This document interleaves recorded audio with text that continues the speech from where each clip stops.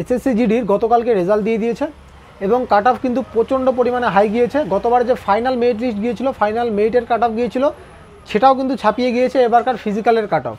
তো এই জন্য ক্যান্ডিডেটদের মনে, আমাদের মতো ক্যান্ডিডেট যারা আছে, যাদের নাম্বার 100 নিচে ছিল, তাদের মনে কিন্তু প্রচণ্ড পরিমাণে এখন ভয় ঢুকে গেছে যে কি হতে চলেছে, কি হবে, কত কাট অফ যাবে।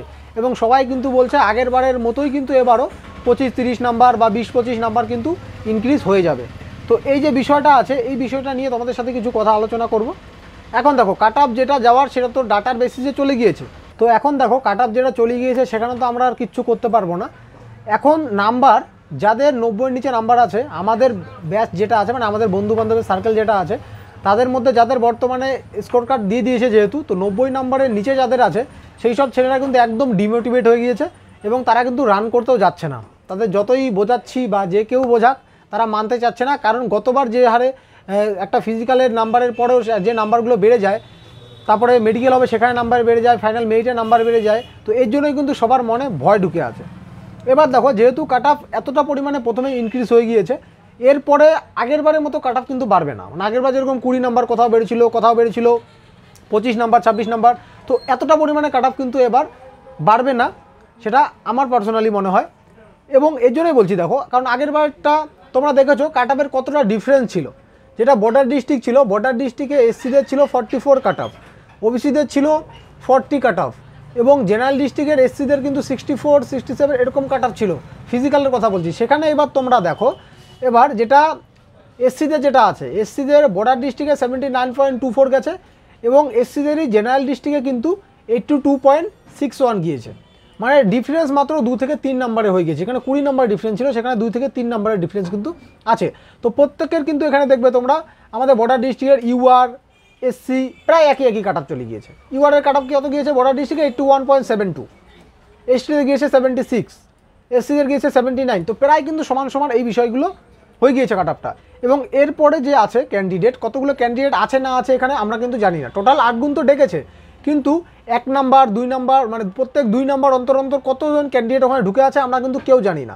তো এখন যদি তোমাদেরকে কেউ বলে দেয় যে তোমার যেহেতু নাম্বার আছে 90-এর নিচে, 100-র নিচে, তুমি রান করা ছেড়ে দাও, আগের বছর 25 নাম্বার বেড়েছিল এবারও বাড়বে, সেটা ভেবে তুমি রান করবে না, তারপরে তুমি রানিংয়ে গিয়ে হয়ে যাবে ফেল, এবং তারপরে দেখবে মেডিকেলে নাম্বার বাড়াচ্ছে 3 নাম্বার, তারপরে ফাইনাল মেরিটের নাম্বার বাড়াচ্ছে 2-3 নাম্বার, আরও কাট অফ একদম, তারপরে মানে এরকম নাম্বার কিছু কিছু নাম্বার বাড়িয়েই হয়ে যাচ্ছে, 90-এর নিচে সিলেকশন হয়ে যাচ্ছে, যে কোনো কিছু কিন্তু হয়ে যেতে পারে। কারণ এটা ডাটার খেল, সেখানে ডাটা কি আছে না আছে সেটা কিন্তু আমরা কেউই জানি না। তো সমস্তটা কিছু এখানে ডাটার খেল হয় সমস্তটা। তো এই জন্যই তোমরা কেউ এখনই ভেঙে পড়বে না, যেহেতু তোমরা পরীক্ষা দিয়েছো এবং এত কাট অফ গিয়েছে, যেখানে ফাইনাল কাট অফকেও ছাপিয়ে গিয়েছে, এতটা কাট অফ পেরিয়ে তোমরা যেহেতু নাম্বার পেয়েছো, তো তোমাদের নাম যেখানেই আসুক, রানিংয়ে আসবে, রানিংয়ে যাবে, মেডিকেলে আসবে, মেডিকেলে যাবে, তারপরে কি হবে না হবে সেটা যা কপালে আছে তোমাদের সেটা হয়ে যাবে। কিন্তু তোমরা পড়াশোনার সাথে সাথে চালিয়ে যাও এবং রানিং অবশ্যই তোমরা করতে থাকো। অনেক বিভিন্ন চ্যানেল তোমাদের ডিমোটিভেট করার চেষ্টা করবে যে এত কাট অফ যাবে, অনেক বন্ধুরা ডিমোটিভেট করার চেষ্টা করবে, সেখানে ডিমোটিভেট একদমই হবে না। আমাদের যারা আমরা আছি, আমরা যারা একসাথে রান করি, সবাই কিন্তু মোটামুটি মানে ভালো রানে ছিল। যেমন আমরা রান করছি মোটামুটি 4 মাস, কিন্তু 4 মাসের কাছাকাছি হয়ে যাচ্ছে আমাদের রান করার, তো রান কিন্তু উঠে আছে। কিন্তু এখন ছেলেরা যারা একদম একটু কম নাম্বার আছে, 90-এর নিচে যাদের আছে, যাদের 95-এর নিচে, 100-র নিচে নাম্বার আছে, তারা কিন্তু এখন রান করতে চাচ্ছে না। এই কারণেই করতে চাচ্ছে না, কারণ তারা ভেবে আছে যে অত যদি কাট অফ চলে যায়, তো সেটা কেউ তোমরা এরকম ভাববে না, সবাই রান করতে থাকো, যার যেখানে নাম আসবে সেখানে অবশ্যই যাও। কাট অফ কত যাবে কেউ তোমাদেরকে এভাবে বলে দিতে পারবে না। এখন দেখো রানটা করো, তারপরেই তোমরা বুঝে যাবে।